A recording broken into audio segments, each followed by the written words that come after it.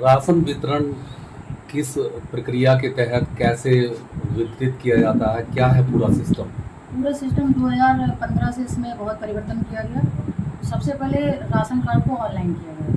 अब सारे ration card जो ऑनलाइन बनते हैं, फिर 2019 से इसमें इनकम सर्टिफिकेट भी अनिवार्य किया गया। पहले अनिवार्य नहीं था। जब राशन बन जाता है, राशन कार्ड बन जाता है, उसके बाद जो है 2019 में सर्वप्रथम पहले ई पॉस मशीन लाई गई। तो पहले शहरी क्षेत्र में लाई गई थी, फिर उसको बढ़ा करके 2019 में उसमें मई में पूरे क्षेत्र मतलब गाँव में और शहर में कम्प्लीटली लागू की गई। और शहर में 2017 में आई थी। तो उसको पायलट प्रोजेक्ट था, वो कामयाब हो गया। उसका गांव में 2019 में उसे लागू किया गया। फिर उसके बाद उसमें संशोधन करके अंगूठा लगाते हैं उसमें, जैसे कि कोई कैंडिडेट आता है जो राशन कार्ड धारक है, उसमें अपना अंगूठा रखता है। उसके बाद जब वोटिंग होता है तो उसके बाद उसको राशन दे दिया जाता है। उसकी भौतिक सत्यापन हो जाता है कि हाँ राशन कार्ड धारक आया, अपना लेके गया है। फिर उसमें और परिवर्तन किया गया 2023 में। तो 23 और 24 में ये परिवर्तन किया गया कि उसमें उसे इलेक्ट्रॉनिक वेइंग मशीन से जोड़ दिया गया। एक मिनट बस ठीक है। 24 में उसे इलेक्ट्रॉनिक वेइंग मशीन से जोड़ दिया गया। तो राशन कार्ड धारक आता है, वो अपना जो है अंगूठा प्रेस करेगा, उसके बाद उसका खाद्यान्न रखा जाएगा, उससे तोल के उसे दिया जाता है।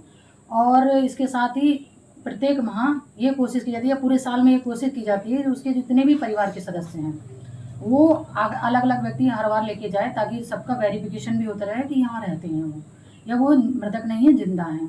दूसरे, इस बार हम लोगों ने पिछले साल से ई-केवाईसी की योजना चली। सभी व्यक्तियों की उसमें जो है ई-केवाईसी अनिवार्य कर दी गई।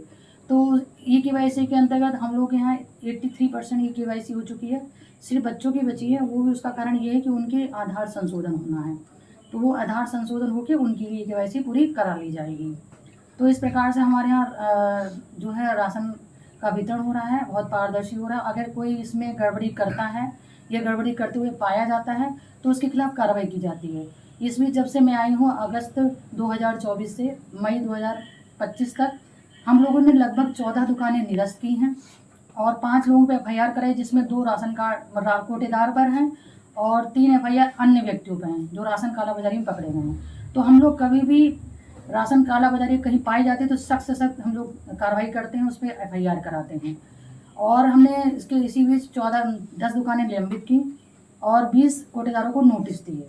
तो हम लोग पूरी तरीके से पारदर्शी वितरण कराने की कोशिश करते हैं और पारदर्शी वितरण हो भी रहा है। दुकानों को कैसे वितरित किया जाता है राशन? दुकानों को जो सिंगल स्टेज के तहत दिया जाता है, और ये इनका काम जो है ये लोग नियुक्त किए जाते हैं संभागीय खाद्य अधिकारी के यहाँ से, वो मंडल स्तर पे होते हैं। और इसके यहाँ के जो मुख्य अधिकारी इनके हैं वो है जिला वितरण अधिकारी। तो वो लोग अपना पहुँचवाते हैं दुकानों तक। किस तरह से जाता है, मतलब ये इस बारे में कोई ट्रांसपोर्टेशन? नहीं, ये लोग नियुक्त किए जाते हैं, ठेकेदार नियुक्त किए जाते हैं, तो वही पहुँचाते हैं।